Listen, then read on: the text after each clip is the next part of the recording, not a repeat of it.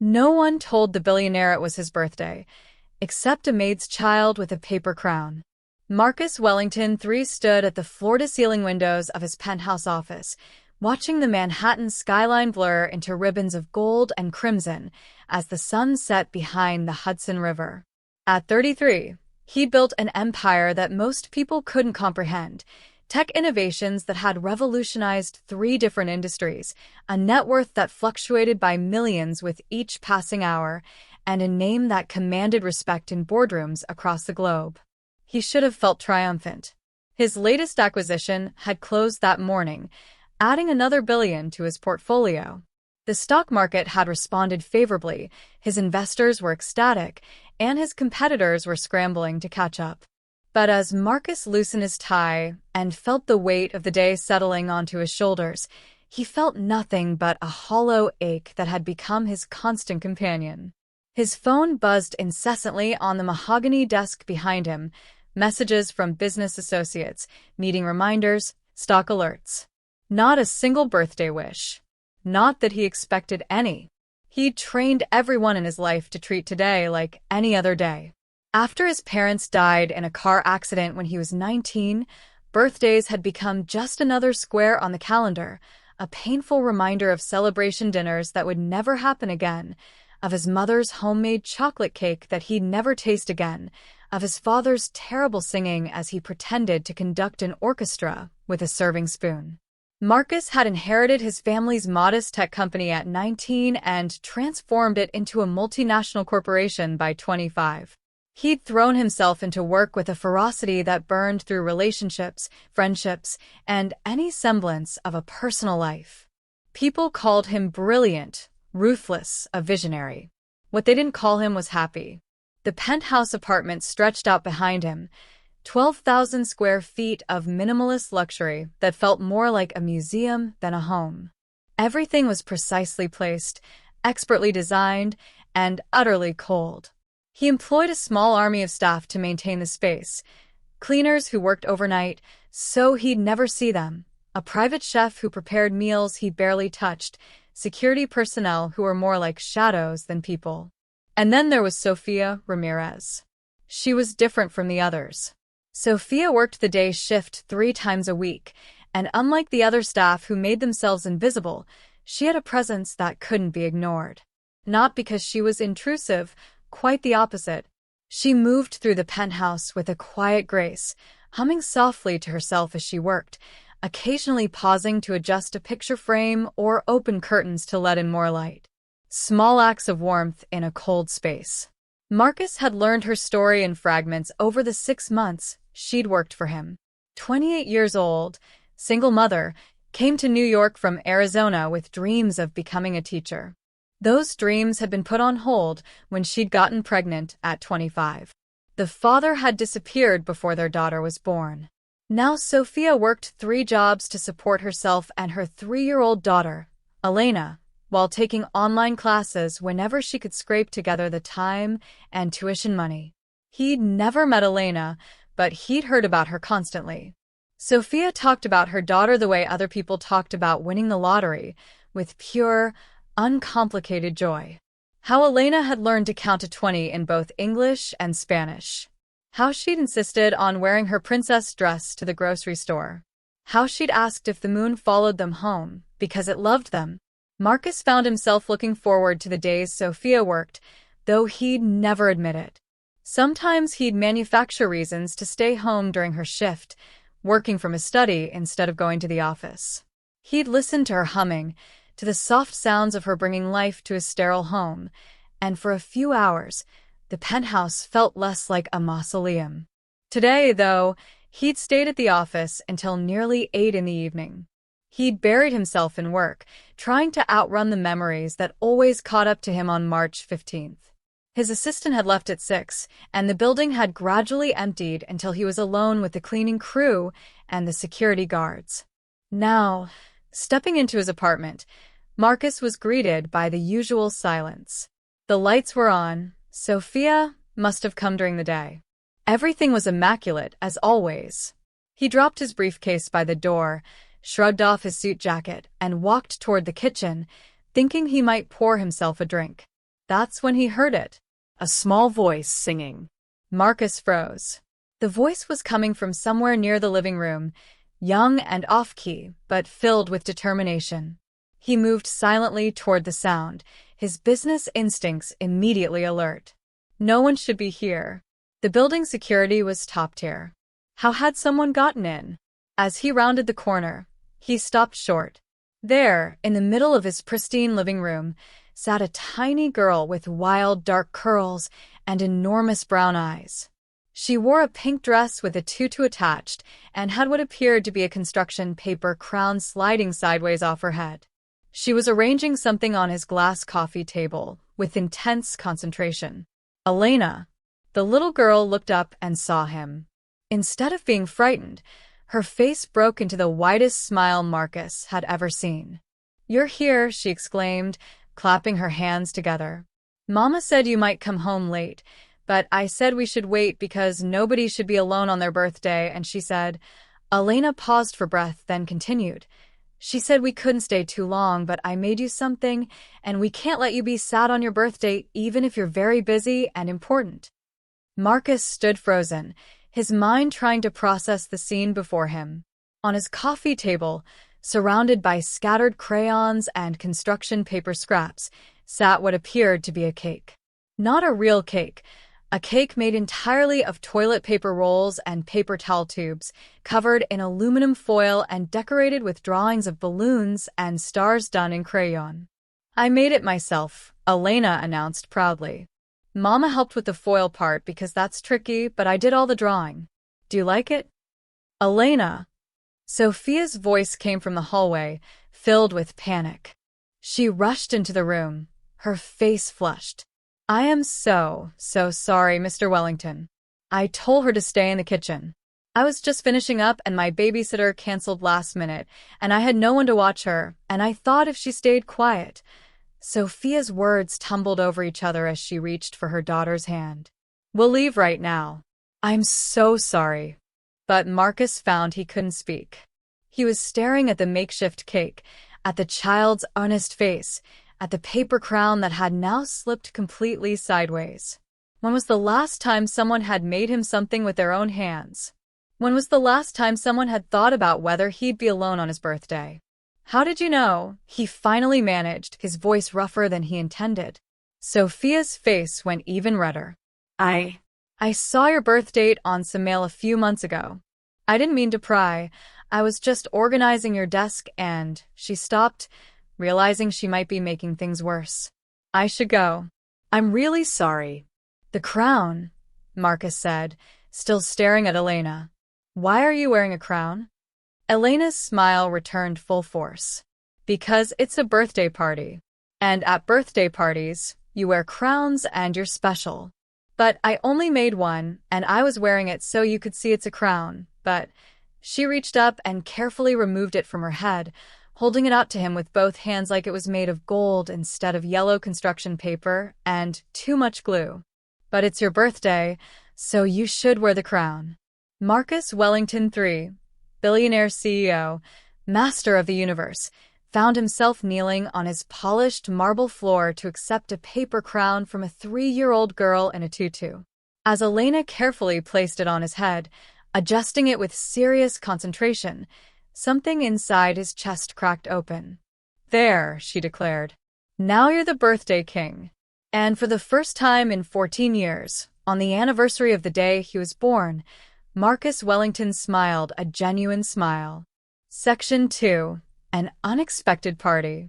Sophia was still trying to usher Elena toward the door, her face a mixture of mortification and fear. Marcus could see her mind working. She was calculating how quickly she could get her daughter out of there, wondering if she'd just lost this job, mentally tallying which of her other jobs could pick up the slack if she had. "Please don't go," Marcus said quietly. Sophia froze mid-step, turning back to him with wide eyes. "Mr. Wellington, I promise this will never happen again.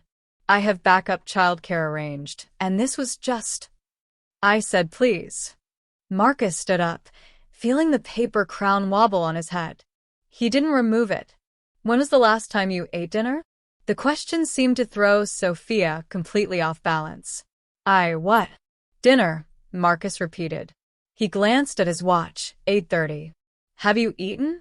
I'll grab something when I get home, Sophia said evasively, which Marcus correctly interpreted as no, and I probably won't because I'm too tired and I need to save money.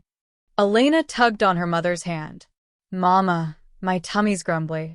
Something shifted in Marcus's expression. He looked at this little girl who had made him a cake out of toilet paper rolls, who had waited in his apartment to make sure he wasn't alone on his birthday, and he made a decision that surprised even himself. My chef prepared dinner before he left. More than enough for 3 people. It seems wasteful to let it go bad. He paused, then added more softly, Besides, I've never had a birthday party with a cake made especially for me. It would be rude not to celebrate properly. Elena gasped. A real party? With real food? Elena, sweetheart, Mr. Wellington is very busy, Sophia began. Marcus, he interrupted. Call me Marcus. And I'm not busy. Not tonight. He gestured toward the dining room. Please. I'd like the company. Sophia searched his face, looking for annoyance or pity or whatever ulterior motive she thought might be hiding there. But Marcus kept his expression open, genuine. The truth was he wanted them to stay. He couldn't remember the last time he'd wanted anything that wasn't related to quarterly earnings or market share. Are you sure? Sophia asked finally. I'm wearing a paper crown, Marcus pointed out. I think we're past the point of standing on formality. A small smile tugged at Sophia's lips. I suppose that's true. Elena was already skipping toward the dining room, her tutu bouncing with each step.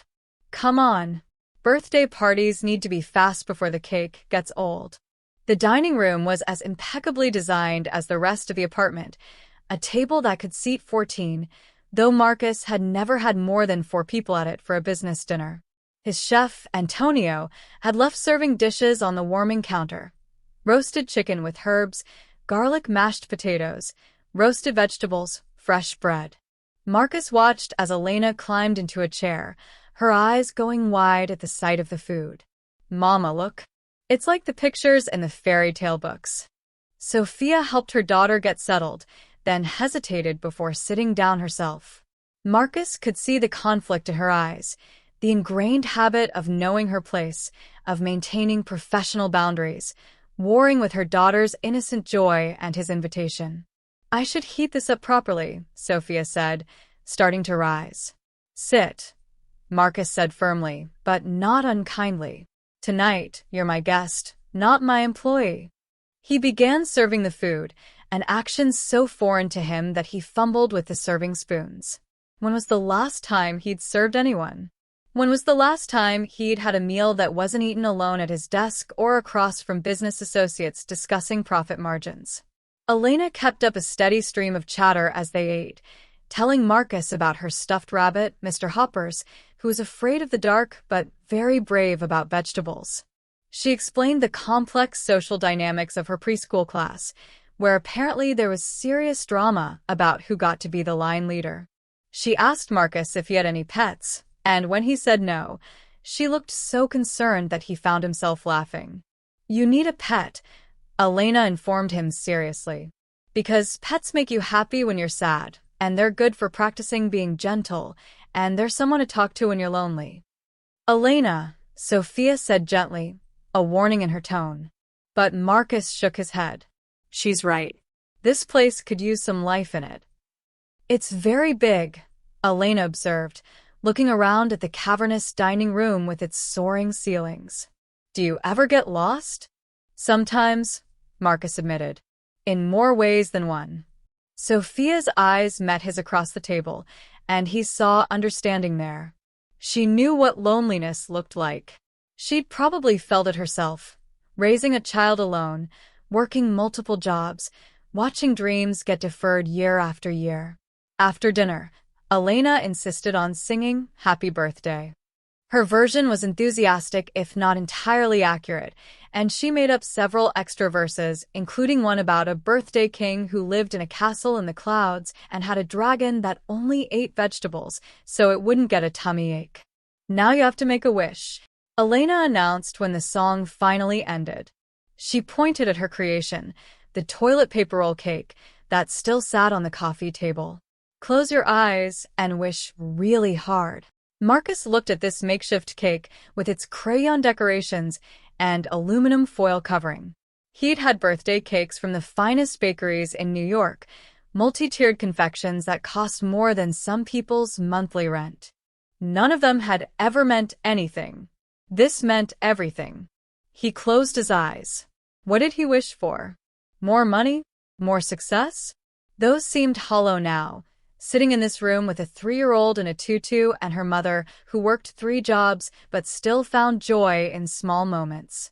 He wished for more nights like this. For connection. For the courage to let people in. When he opened his eyes, Elena was watching him expectantly. "Did you wish?" "I did." "You can't tell us or it won't come true," she informed him. "That's the rules." "The rules are very important," Marcus agreed seriously. Elena yawned then, a huge yawn that she tried to hide behind her small hands. Sophia glanced at the clock and stood up reluctantly. "We should go. It's way past someone's bedtime."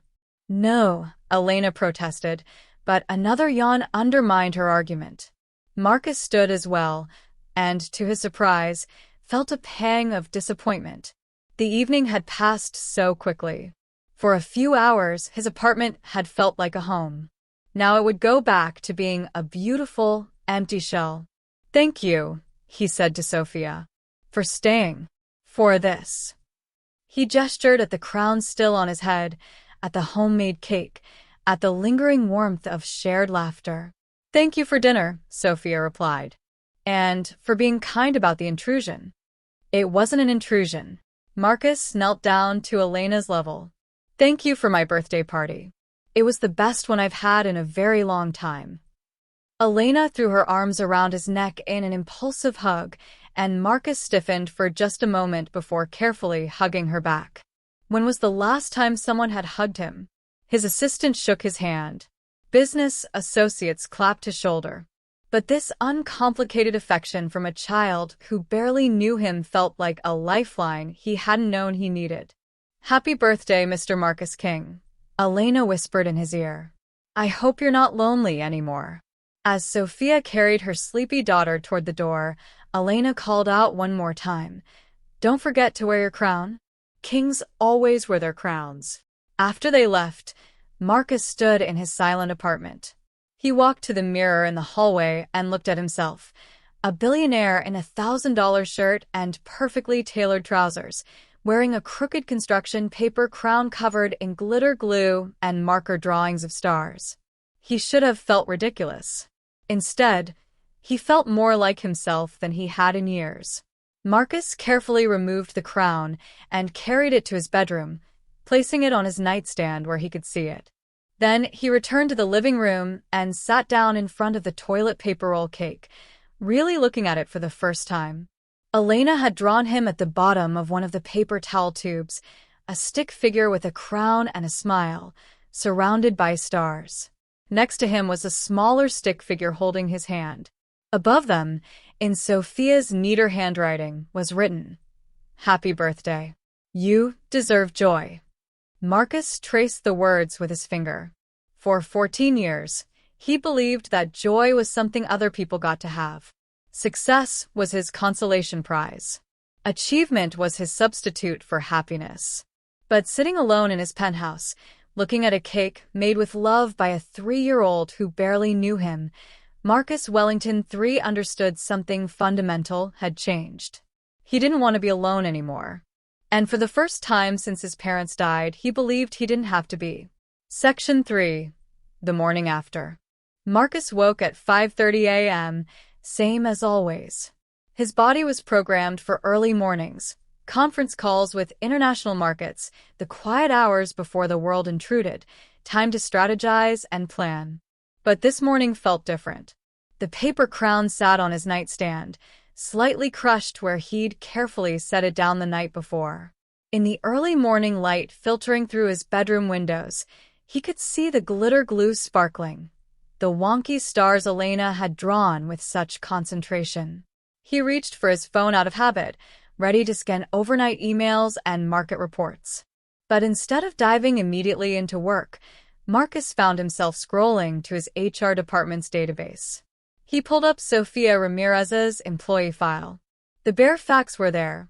Hire date 6 months ago, 3 shifts per week, excellent performance reviews from the head of household staff. But the file also showed something that made Marcus frown. She was classified as a contract worker, not a full employee. That meant no health insurance, no paid time off, no benefits package. He'd signed off on the household staffing budget without really looking at it, trusting his operations manager to handle such details. Now, seeing the reality of what that meant for Sofia, for Elena, Marcus felt something unfamiliar twist in his chest. Shame. How many other Sofias were in his employ? How many people working multiple jobs, struggling to make ends meet, while he added billions to a fortune he could never spend in 10 lifetimes? Marcus got up and went through his morning routine on autopilot: shower, shave, suit selection. But instead of his usual armor of dark blue or gray, he found himself reaching for a lighter charcoal suit, a tie his mother had given him years ago that he'd always thought was too cheerful for business. At breakfast, a meal he usually skipped or took as a protein shake, Marcus sat at his kitchen counter and actually ate the frittata Antonio had left for him. The apartment felt different in the morning light. Sofia's touches were everywhere, he realized. Fresh flowers on the console table by the entrance. The curtains open to let in maximum sunlight. Books on his shelves rearranged, so the worn favorites his mother had given him were at eye level instead of hidden away. She'd been slowly bringing his home to life, and he'd barely noticed. His phone rang. Jennifer, his executive assistant. Morning, Marcus. I have your schedule review. Board meeting at 9, lunch with a Hoffman group at 12:30, quarterly review at 3, and the Henderson acquisition team is requesting time at 5. Clear the lunch, Marcus said. There was a pause. Jennifer had worked for him for 4 years and could probably count on one hand the number of times he'd canceled a business lunch. Clear it? The Hoffman group flew in from Singapore specifically. Reschedule.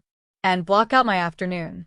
Move the quarterly review to tomorrow and tell the Henderson team I'll see them at 4 instead of 5. Another pause. Marcus, are you feeling all right? I'm fine.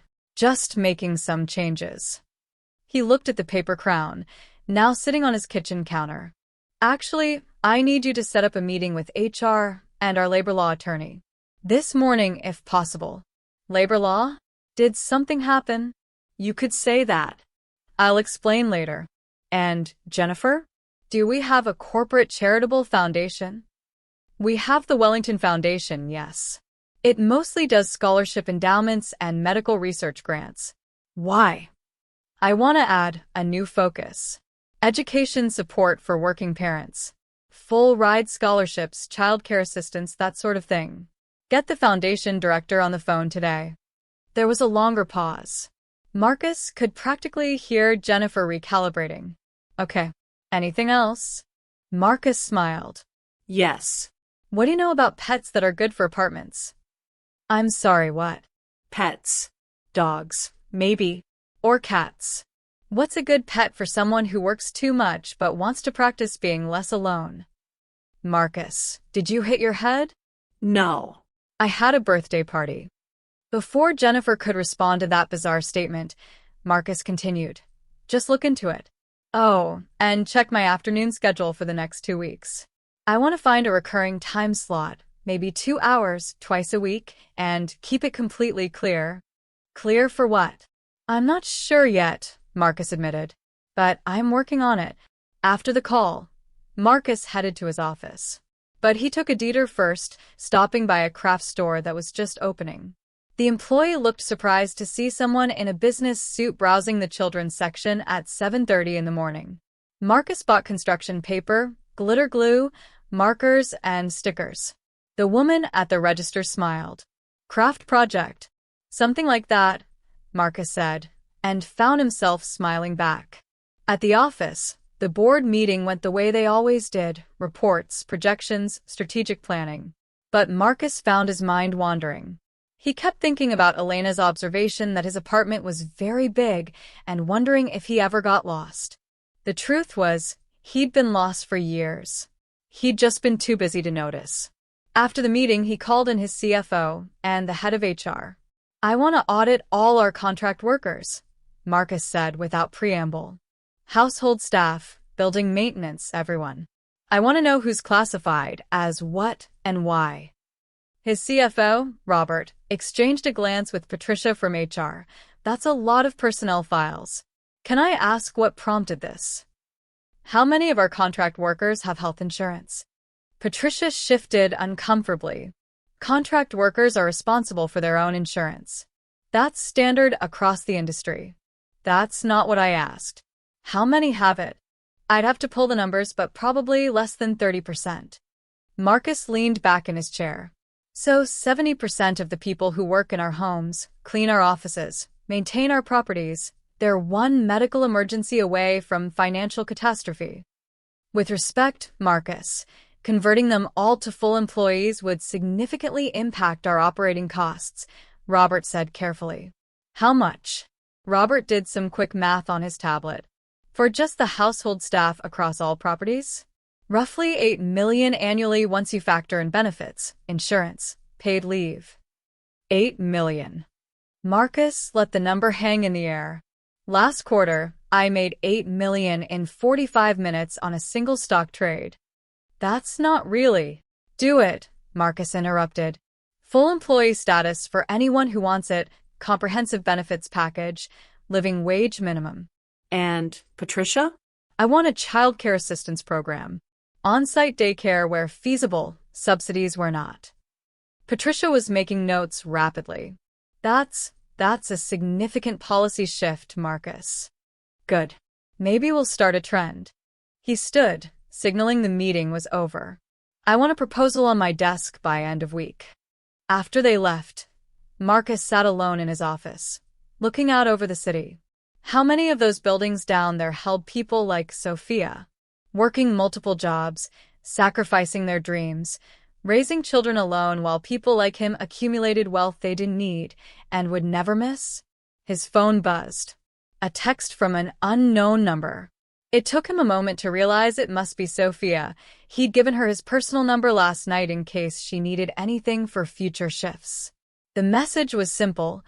"Elena wanted me to tell you that she hopes you wore your crown to work today. She's very concerned that you might forget to be the birthday king. Thank you again for last night."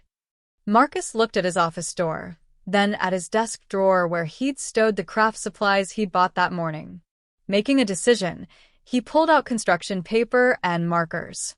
20 minutes later, his executive assistant walked in to find the CEO of Wellington Industries sitting at his $12,000 desk, making what appeared to be a paper crown. "Should I be worried?" Jennifer asked. "Probably," Marcus said, carefully drawing a star. "But in a good way. Is that labor law attorney available?" "She can be here in an hour." "Perfect. And Jennifer? What do you think about the office having a bring your kid to work day?" Jennifer just shook her head. "I don't know what happened to you last night, but I have to say, I kind of like this version of Marcus Wellington." Marcus finished his star and held up the crown. Nowhere near as good as Elena's, but made with the same spirit. "So do I," he said. "So do I." Section 4. Building something real.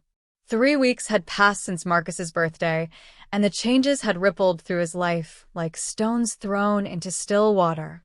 The employee benefits overhaul had been approved and implemented with a speed that shocked everyone except Marcus, who'd made it clear this was his top priority. Sophia was one of the first to be converted to full employment status. When Patricia from HR had called to give her the news about health insurance, paid sick days, and a significant raise, Sophia had cried on the phone, something Patricia mentioned to Marcus in an email that he read 3 times, each time feeling that strange tightness in his chest. But Marcus wasn't content with policy changes alone. He found himself restructuring his schedule in ways that baffled his executive team. The man who used to work 16-hour days was now leaving the office at 6 o'clock sharp every Tuesday and Thursday, the days Sophia worked at his apartment. At first, he told himself he just wanted to check on how she was settling into her new position. Then he admitted he liked coming home to a lived-in space, to the smell of whatever soup or stew Sophia often left simmering. She'd started cooking simple meals as part of her expanded role, something she clearly loved doing. But the truth was simpler and more profound. He wanted to see them. Sophia and Elena had become the bright spot in his weeks. The routine had developed naturally. Marcus would arrive home around 6:30. Sophia would be finishing up, and Elena, who now came with her mother instead of being shuffled between babysitters, would be drawing at the kitchen counter or playing with the growing collection of toys that had mysteriously appeared in what used to be Marcus's unused library. "You're spoiling her," Sophia had protested when the second massive toy delivery arrived. "I'm filling empty rooms," Marcus had replied. "There's a difference." Tonight, Marcus came home to find Elena staging an elaborate tea party with her stuffed animals in the living room. She'd arranged them in a circle on the carpet, and his paper crown, the one she'd made him, was perched on a large teddy bear's head. "Mr. Hoppers is the birthday king today," Elena announced when she saw Marcus. "Because everyone should get a turn being special." Marcus loosened his tie and sat down on the floor, ignoring the way his expensive suit wrinkled. "That's very democratic of you. I don't know what that word means, but Mr. Hoppers says thank you." Elena made the rabbit bow. Sophia emerged from the kitchen, wiping her hands on a towel. She'd started to relax around him over the past weeks, the professional distance gradually giving way to something that felt more like friendship. Tonight she wore jeans and a soft blue sweater, her dark hair pulled back in a ponytail. She looked younger than 28, Marcus thought. Or maybe just less exhausted than she had that first night. "There's chicken tortilla soup if you're hungry," she said. "And I made extra, because I know you never eat properly." "You don't have to cook for me," Marcus said, but he was already heading toward the kitchen, drawn by the smell. "I like cooking. And someone has to make sure you eat something that isn't from a 5-star restaurant or a protein shake." They'd fallen into this pattern, Sophia cooking, Marcus eating actual home-cooked meals for the first time in years, Elena providing running commentary on whatever had captured her imagination that day. Tonight it was butterflies. "Did you know," Elena informed Marcus seriously as he ate his soup, "that butterflies taste with their feet? Miss Sarah told us at school. They land on flowers and taste them with their feet." "I did not know that," Marcus said. "That seems inefficient." "That's what I said. But Miss Sarah says that's just how they are. Everyone's different." After dinner, Elena asked Marcus to read her a bedtime story. They'd moved a small couch into the library, Elena's playroom now, and it had become their routine. Sophia would clean up from dinner while Marcus read, his voice softening as he worked through whichever picture book Elena selected. Tonight, it was a story about a lonely dragon who learned that being different was okay. Marcus found himself reading certain passages twice, feeling their weight. When Elena's eyes started to droop, Sophia came to collect her. "Say goodnight, Mija." "Good night, Mr. Marcus," Elena mumbled, then perked up slightly. "Will you be here on Thursday?" "I will." "Good. Because I'm bringing my new drawing, and you have to tell me if you can tell what it is. Mama says it looks like a potato, but it's actually Mr. Hoppers in a spacesuit." After Sophia carried Elena out to put her in the car, Marcus stood in the library surrounded by toys and books and the gentle chaos that had invaded his pristine apartment. He should have felt like his space had been violated. Instead, he felt like it had finally become a home.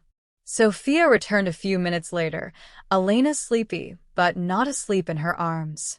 "I should get her home and into her actual bed." "Sophia," Marcus said, and she paused. "Can I ask you something?" "Of course." "You're taking online classes, right? Working toward your teaching degree." Sophia's expression became guarded. When I can. Why? How much longer until you finish? At my current pace? 3 years, maybe 4. I can only afford 1 or 2 classes per semester. She shifted Elena's weight. But I'll get there eventually. Marcus had spent the past week working on something, making calls, pulling strings in ways he'd never done for personal matters. What if you could finish sooner? I don't understand. I've established a scholarship fund. Full ride, books, fees, everything. For working parents pursuing degrees in education. He paused. You'd be the first recipient. If you want it. Sophia stared at him. Marcus, I can't. You can. You should. You're working 3 jobs, raising an incredible daughter, and still fighting for your dreams. That kind of determination deserves support. He met her eyes. Besides, Elena informed me last week that her mama is going to be the best teacher in the whole world, and I don't want to be responsible for delaying that. Tears welled up in Sophia's eyes. Why are you doing this? Because a 3-year-old in a paper crown reminded me that people need people. And because helping you feels like the first genuinely useful thing I've done with my money in years. Sophia set Elena down on the couch. The little girl was truly asleep now, and before Marcus could react, she hugged him. Not a professional gesture, but a real hug, fierce and grateful and warm. Thank you, she whispered. You have no idea what this means. But Marcus thought he did. It meant Sophia could dream again. It meant Elena would get to see her mother's dreams come true. It meant that the chain of struggle could be broken, that sacrifice could be rewarded, that the system could work if people with resources chose to use them for good. When Sophia pulled back, she was laughing through her tears. Elena was right, you know. About what? That you needed someone to make sure you weren't lonely.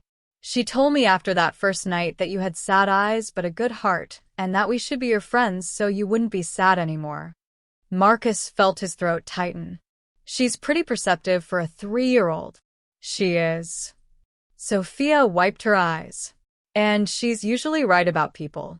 After they left, Marcus didn't dive into his usual evening routine of market analysis and strategic planning. Instead, he found himself looking at his phone, scrolling through photos. He'd started taking them over the past weeks, snapshots of Elena's drawings, of the 3 of them at dinner, of the small moments that made up his new normal. There was one from last Thursday. Elena had insisted on fixing his tie, which resulted in a crooked knot and much giggling. Sophia had captured the moment. Marcus kneeling, Elena standing on a chair, both of them laughing. He looked happy. Actually happy. His phone rang.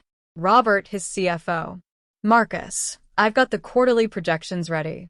Are you available to review? Marcus glanced at the clock. 8:30. The old Marcus would have said yes immediately, would have spent the next 2 hours diving into spreadsheets and profit margins. Send them over. I'll review tomorrow morning. Are you sure? The board meeting is tomorrow, Robert. It can wait. After he hung up, Marcus walked through his apartment. The toilet paper roll cake sat in a place of honor on a shelf in his study. Elena's drawings were magnetized to his refrigerator, something that would have seemed impossible a month ago. A small stuffed rabbit, Mr. Hopper's brother, apparently sat on his couch, left behind from an earlier visit. His apartment was no longer pristine. It was lived in. It was loved. And Marcus Wellington III, who had spent 14 years building walls around his heart, found that he was okay with that. More than okay. He was grateful. Section 5. The Birthday King. 6 months had passed since that March evening when a 3-year-old girl had crowned Marcus a birthday king. Now, as September sunshine streamed through the windows of his apartment, no, his home, Marcus reflected on how completely his life had transformed. The changes had started small but cascaded into something much larger. The employee benefits overhaul at Wellington Industries had attracted media attention, prompting other companies to examine their own practices. Marcus had found himself giving interviews about corporate responsibility, about using wealth to create opportunity, rather than just accumulate more wealth. "You've become a crusader," Jennifer had teased him last week. What happened to the Marcus who only cared about quarterly earnings? "He met a little girl with a paper crown," Marcus had replied, "and she helped him remember what actually matters." The scholarship fund for working parents had expanded beyond his initial vision. They were now supporting 43 students across 5 universities, with applications pouring in. Sophia had enrolled full-time and was taking evening classes while working reduced hours, still for Marcus, but now in a role that felt more like household management than housekeeping. She coordinated his life in ways that actually improved it, made sure he ate properly, and wasn't afraid to tell him when he was working too much. Elena had become a permanent fixture in Marcus's life. The library was fully her domain now, painted in soft yellow with a reading nook, art supplies, and more books than most small libraries. Marcus had learned the names of all her stuffed animals, could sing the theme songs to her favorite cartoons, and had discovered that making pancakes on Saturday mornings was his favorite part of the week. Because Sophia and Elena weren't just there on Tuesdays and Thursdays anymore. That was the biggest change, the one that had happened so gradually Marcus almost hadn't noticed until it was complete. Sophia working more hours had meant Elena being around more. Marcus happening to be home more often had meant more dinners together. Sophia's lease ending and Marcus suggesting she consider his guest wing, temporarily, had led to boxes being moved and spaces being shared, and suddenly, without any formal discussion, they were living together. Not romantically. Not yet, though Marcus was increasingly aware of the way his heart rate picked up when Sophia smiled, the way he looked forward to her laugh, the way coming home to her felt like the best part of his day. They were taking it slow, building a foundation of friendship and trust. But the feeling was there, growing stronger, patient and sure. Tonight was special. Marcus had been planning it for weeks, with Elena's enthusiastic help. "Is everything ready?" Elena whispered loudly as Sophia finished getting dressed. They were in the kitchen, Marcus checking on the dinner he'd actually cooked himself, with significant assistance from Antonio, who'd spent the past month teaching him to make Sophia's favorite dishes. "Almost," Marcus whispered back. "Did you finish the crown?" Elena held up her creation proudly. This crown was more elaborate than the one she'd made for Marcus's birthday. Purple construction paper with gold glitter, decorated with drawings of stars and hearts and small figures that Elena said were our family. Marcus's throat tightened at that word. Family. He'd been without one for so long that he'd forgotten what it felt like. The loneliness, the emptiness, the sense of going through life without an anchor. All of it had faded, replaced by something warm and real and worth more than his entire fortune. "It's perfect," he told Elena. "She's going to love it." They decided to celebrate Sophia's acceptance into the student teaching program that would start in January. It was a huge milestone, the final step before she could graduate and become a full teacher. Elena understood that this was important, that her mama had worked so hard for this, and she'd thrown herself into party planning with Marcus with the same enthusiasm she brought to everything. Sophia emerged from her room wearing a blue dress that Marcus had never seen before. She'd let her hair down, and there was color in her cheeks that went beyond makeup. "Why are you both staring at me?" she asked, self-conscious. "Because you're beautiful," Marcus said simply, and watched her blush deepen. "Mama, you have to close your eyes," Elena commanded. "It's a surprise party." Sophia laughed but complied, letting Elena lead her to the dining room. The table was set with flowers and candles. Marcus had learned that Sophia loved small romantic gestures, the kind that didn't cost much, but showed thought and care. The dinner he'd made, chicken enchiladas, rice, and beans, wasn't as perfect as Antonio's would have been, but it was made with love. "Okay, open." Sophia opened her eyes and gasped. "You did all this?" "We're celebrating," Marcus said. "You got into the student teaching program." "That's huge, Sophia." Tears immediately sprang to her eyes. "You remembered." "Of course I remembered." "Elena, Do you want to give her the crown? Elena stepped forward ceremoniously, holding up the purple crown. Every special person gets a crown, she announced. Mr. Marcus taught me that. And you're the most special, Mama, so you get the best crown. As Elena placed the crown on her mother's head, Sophia's tears spilled over. She pulled her daughter into a hug, then reached out to include Marcus. The three of them stood there in the dining room, holding each other, and Marcus thought, "This is what I was missing. This is what I wished for." Over dinner, Sophia talked about her classes, her plans for student teaching, her dreams of having her own classroom one day. Elena interjected with her own observations about what makes a good teacher. They have to be nice, but also know a lot about dinosaurs. Marcus contributed his thoughts, asked questions, and marveled at how natural this felt. This family dinner, this shared life. After Elena was asleep in her room. Yes, her room now, painted pink with glow-in-the-dark stars on the ceiling, Marcus and Sophia sat on the balcony, overlooking the city. The September air was crisp, the first hints of autumn cooling the summer heat. "I need to tell you something," Sophia said, her voice nervous. Marcus turned to her, concerned. "What is it?" "When I first started working for you, I thought you were the loneliest person I'd ever seen. This huge, beautiful apartment, and you were like a ghost in it. No pictures, no personal items, nothing that suggested a person actually lived here." She paused. "I used to make up stories about you. Why you were so alone. I thought maybe you preferred it that way." "I did," Marcus admitted. "Or I thought I did. I'd convinced myself that loneliness was just the price of success. And now I know that was the stupidest thing I've ever believed. Success without people to share it with is just emptiness with a better view." Sophia smiled. "Elena was so worried about you that first night. She cried on the way to your building because she said nobody should be alone on their birthday. I tried to explain that you were probably very busy and important and didn't want to be bothered, but she was insistent. She said we had to make sure you knew someone cared." "She saved my life," Marcus said quietly. "You both did. I was drowning and didn't even know it."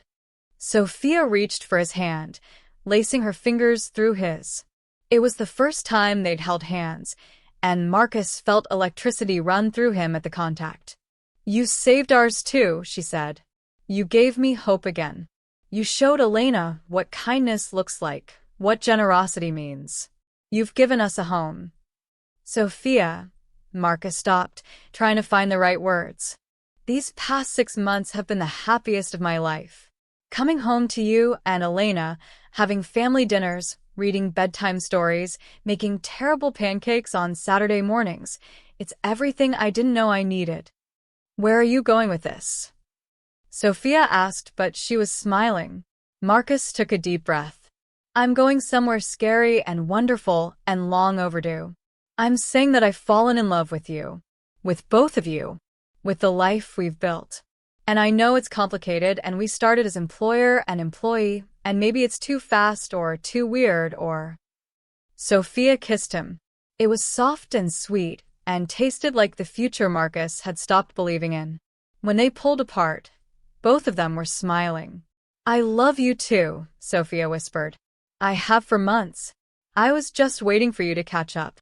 They sat there on the balcony, hands intertwined, watching the city lights twinkle like earthbound stars.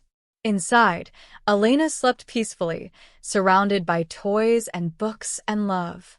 The apartment that had once been a mausoleum was now filled with laughter and music and the beautiful chaos of life being lived. Marcus thought about the paper crown, the one Elena had made for him all those months ago. It still sat on his nightstand, a reminder of the night everything changed. He'd been crowned a birthday king by a 3-year-old, and in accepting that crown, he'd accepted something much more important. That he deserved joy. That he was worthy of love. That success meant nothing without people to share it with. "Thank you," he said to Sophia. "For what?" "For seeing me. For not giving up on the lonely billionaire in the tower. For letting me into your lives." Sophia leaned her head on his shoulder. You were never a lonely billionaire to us. You were always just Marcus. You just needed to believe it yourself. From inside the apartment, they heard a small voice call out, "Mama? Mr. Marcus? I can't sleep." They looked at each other and laughed. Sophia called back, "We'll be right there, Mija." As they stood to go inside, Marcus paused. "Hey, Sophia? Yeah. Next March, for my birthday, I'd like to have another party. A real one this time. With you and Elena and everyone who's important to me." "That sounds perfect. Though I should warn you, Elena's already planning your party. She's informed me there will be a bouncy castle, 17 cakes, and everyone has to wear crowns." 17 cakes seems excessive. I tried to tell her that. She was unmoved. Marcus pulled Sophia close, kissing her forehead. "Then 17 cakes it is. When you're the birthday king, you have to respect the princess's wishes." They went inside together, to where Elena was sitting up in bed, clutching Mr. Hoppers. Marcus sat on one side, Sophia on the other, and they read her another story about a brave knight and a wise queen and a princess who saved the day. When Elena finally fell back asleep, Marcus and Sophia stayed for a moment, watching her breathe, marveling at this small person who had changed everything. "You know what the best part is?" Marcus whispered. What? "I get to do this tomorrow. And the day after. And the day after that." He looked at Sophia, his eyes bright with tears he wasn't ashamed of. "I get to keep being the birthday king. Not just one day a year, but every day. Because every day with you two feels like a celebration." Sophia kissed him again, soft and promising. "Every day," she agreed. "That's what family means." And Marcus Wellington III, billionaire, former workaholic, recovering lonely person, and official birthday king, discovered that happiness wasn't something you achieved or earned or bought. It was something you built, one paper crown, one shared meal, one bedtime story at a time. It was something you let in when a 3-year-old knocked on your door and refused to let you be alone. It was something you found when you stopped building walls and started building a home. And it was something worth more than all the money in the world. The end.